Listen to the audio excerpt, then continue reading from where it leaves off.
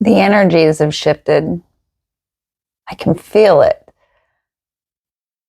For the first time in several weeks, I think, I woke up feeling energized and like charged with readiness. And this morning, as I was doing my own card pull, the song that came into my mind was 38 Special. Hold on loosely, but don't let go.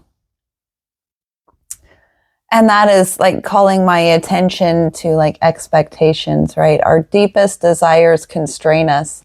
And it isn't the desire itself or having the desire that constrains us. It is our expectations of how it will be answered, what it will look like, how it will turn out. That is what constrains us. And so I'm finding a lot of call and I'm getting distracted by the birds outside. There's either a blue jay or what is it, a jackbird? Just shrieking outside. Both of them are about boundaries and speaking and being heard. Very smart birds. But all of this energy shifting is really kind of telling me that collectively we've made the changes necessary. And the themes that are popping up in my mind are around trust and betrayal. Trust and betrayal are key ingredients in belief formation. They shape our perception and the actions that we take. Betrayal is only defeated by trust, and trust in ourselves is where that starts. I sense and feel, both in my own life and in what I am seeing in others, that we're getting better at consciously focusing on what we want in our lives, in the reality that we see around us. We're able to filter out the noise better.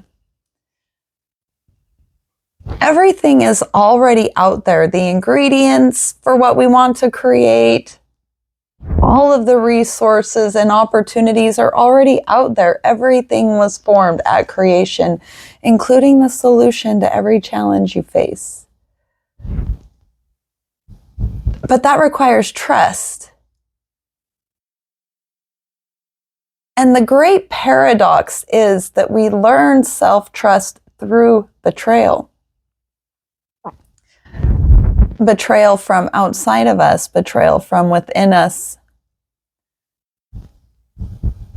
Until we are scraped down and left with nothing but ourselves and our inner knowing, and how we are choosing to view the world around us. Learning how to make intentional perception shifts. And then choosing to believe that they will come true. A lot of this is reframed through how we speak to ourselves. Like instead of saying, why me? We say, why not me? Where fear and betrayal have taught us to say, what if, and fear, loss, and lack, we're learning to say, even if these things happen, I trust myself to overcome and prevail. But we're getting better at shifting our attention and our perception of what we receive from around us to, that's mine.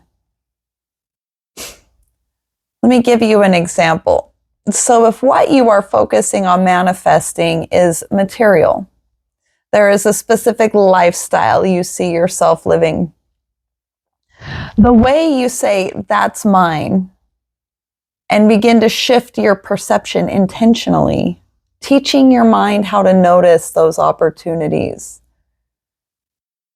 learning how to guide your perception towards those things you want more in life through why not me, and even if, is by noticing like when the car that you like drives by. So see those hot rods, see those houses, see those people wearing the clothes you want, see the people behaving the way you want to behave, the way they carry themselves, and saying, that's mine.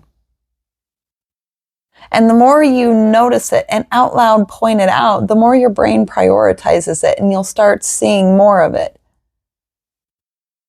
And when you start seeing more of it, you start gravitating your actions towards it. When you start noticing the behavior in others that is aligned more with behaviors you want within yourself, the mirror neurons in your brain take over, and you actually start modeling and becoming those behaviors in your real life, because we are the sum product of the people who are closest to us. So when we say that's mine and we start gravitating towards it, we start building that social credit, because we start modeling the behaviors and gravitating towards things that are more aligned with our inner truth, which is what makes us feel good, what makes us feel joy, what makes us feel authentic pride. Because you are allowed to feel pride. When you have put effort towards something and it yields fruit, you're allowed to be proud over that. You're just not allowed to use your pride to squash others on their own path towards their growth, right?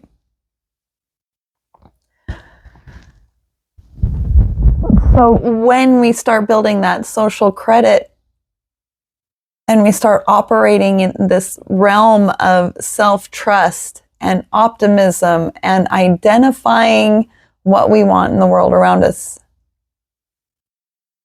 opportunities for those things start rising. People start offering support. You start getting the interviews for the jobs you want.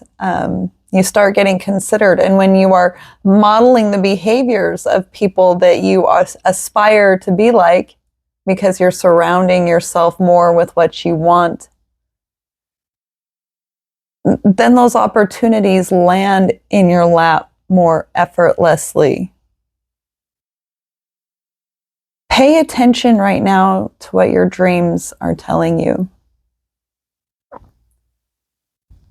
Because when you are sleeping, the sleeper, the inward vision, your subconscious is able to communicate with you, and it will show you what you are integrating, what you are currently working on, what it is ready to face. So like when we have those nightmares, the bad dreams, that is telling us, it's informing us of what fears our subconscious is processing. And when we intentionally select for what we want throughout the day, the waker, in our reality, we are integrating the solution to that fear into our conscious lived reality. And that will start reflecting in our dreams, and we'll start seeing more truthful responses to the fear. So pay attention. You can notice the signs and symbols. You can look any of those up. Like when you see water, that usually is emotional stuff. You know, people can be symbolic. Like if they're friends or family, then that means that this is appearing in your friends or family relationships, or even your beliefs around those relationships and what they should be. But notice how you feel in the dream. If you feel negative emotions in the dream, how did you respond to them? Did you shrink or did you rise? And that is telling you whether you are still in the process of integrating, being offered an opportunity to integrate, or whether you already have and you just need to live it in your reality that way. And then don't be afraid to dream during the day. Have dreams and aspirations, and put on the armor,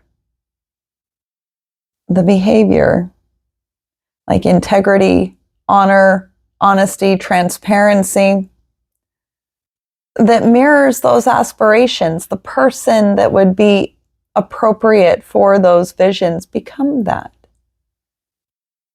Practice that. And this is where we learn how to work with our cup and the overflow. Most of us are familiar with the analogy of filling our own cup. But the cup is on a saucer. So we fill our own cup with what we want, what we desire. And we do that with our perception, our attention, and our behavior.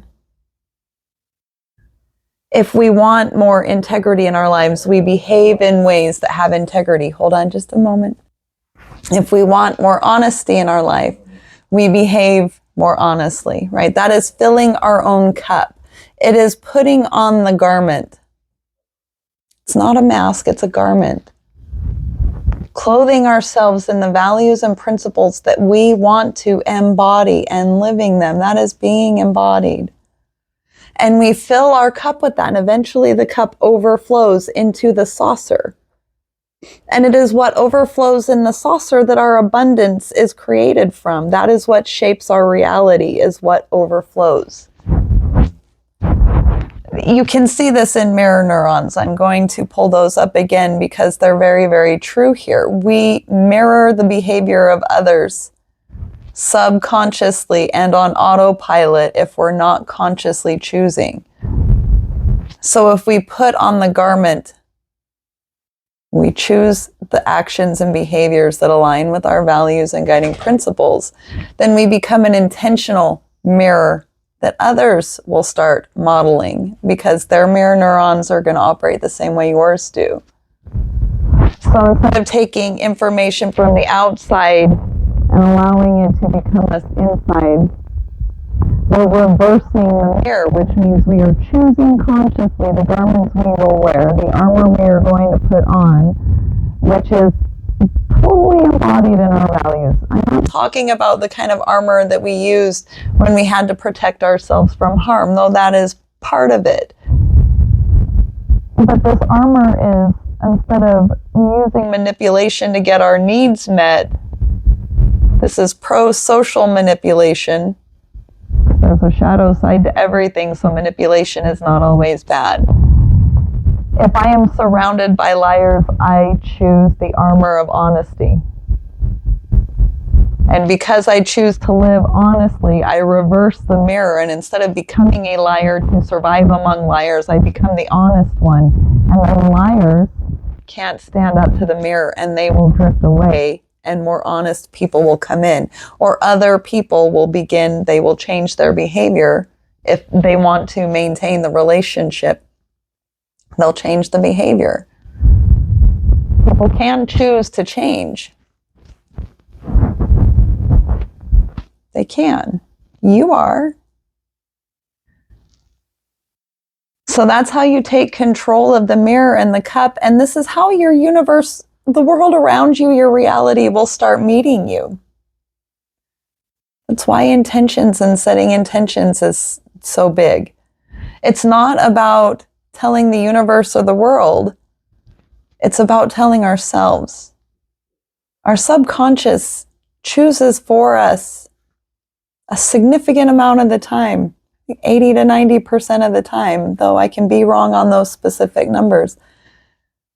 But the more we speak it out loud, the more we put on the garments of value and principle that we want to embody, the more we hold ourselves to those standards, the more we out loud notice and say, hey, that's the car I want.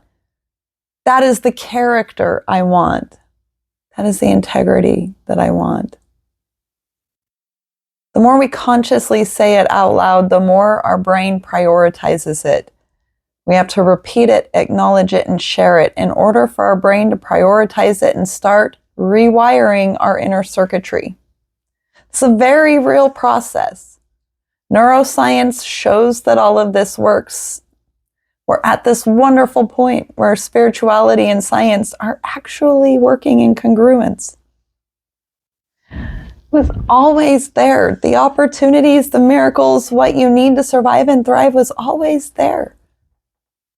You are training yourself how to see it. We're training the mind into new priorities this way. And that shifts our perception. And when we shift our perception, that's how we learn what the sound of our intuition is. You'll start seeing more synchronicities. And notice synchronicities for what they are. They are the subconscious noticing, calling your attention your intention, what the truth of your intention is, so that you can adjust it if it isn't in alignment. It's offering insight. It's bringing up what is in the depths of you to the surface for your processing and selection. It's your subconscious saying, hi. Notice this. Pay attention to this. Is this something we're still wanting or not? Okay. This is how we learn to use instinct, intuition, and logic. Magic number 3.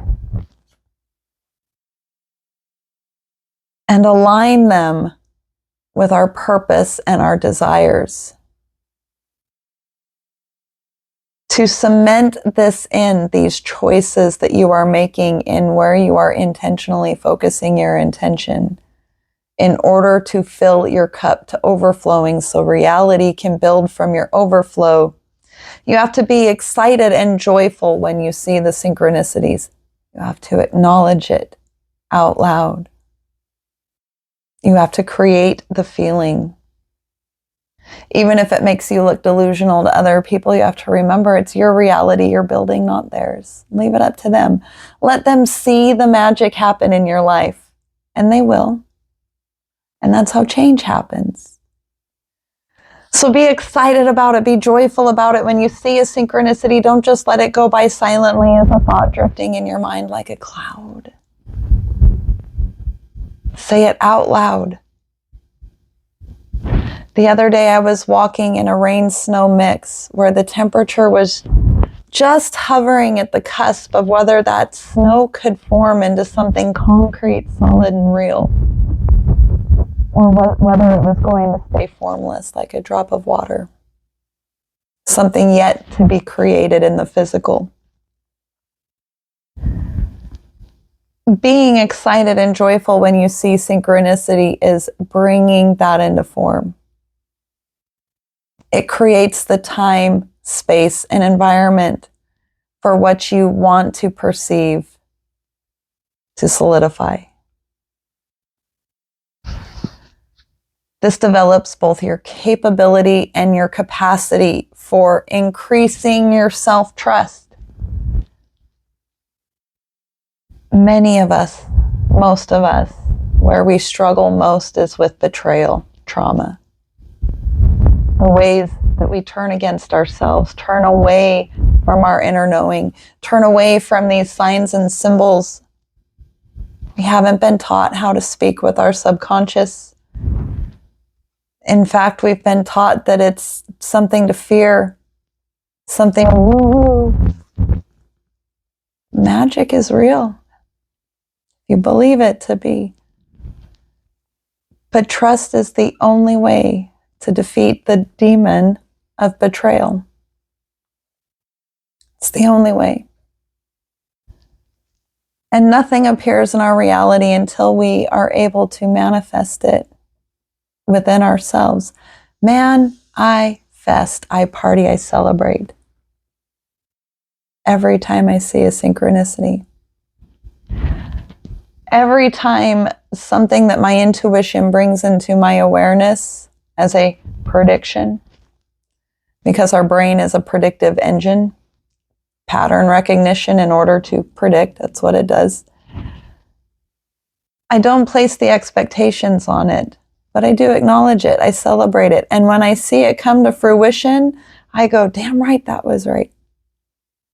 Rock on. Look at that higher self doing its thing. I am loved, I am supported, I trust what I see. And this is the new identity loop you are choosing. Centered on your own axis. What feels good, right, and aligned with your instinct, intuition, and logic. Your gut, heart, mind. Body speaks through the gut. It is the lower chakras. Everything that we need to survive speaks through our gut. It's where the threat detection comes in.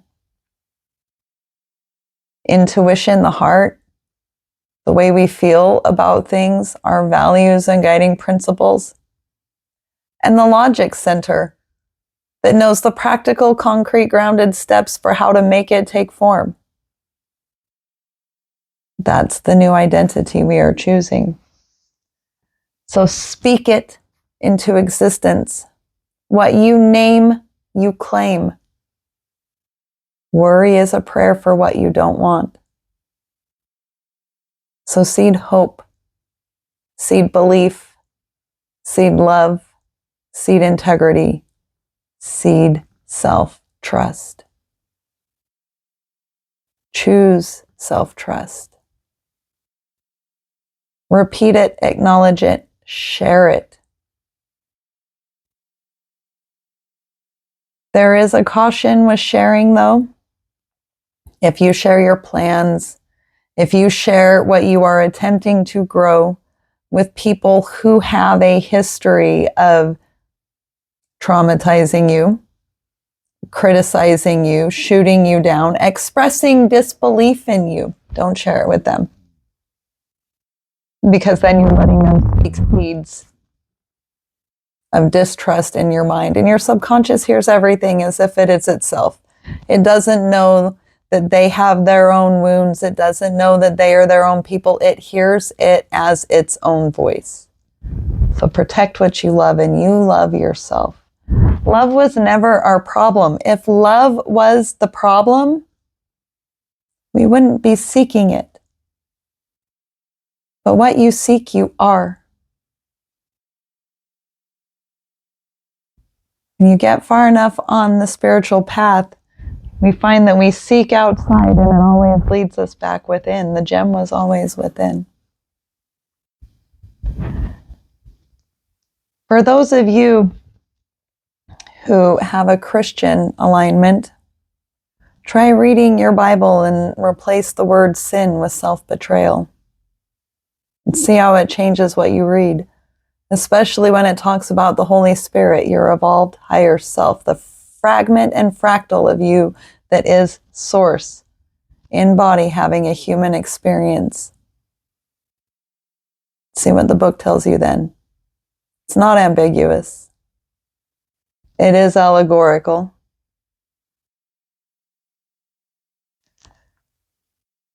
I am so very proud of you for getting here. These energies that I feel, this readiness, this enthusiasm, it's not just coming from me.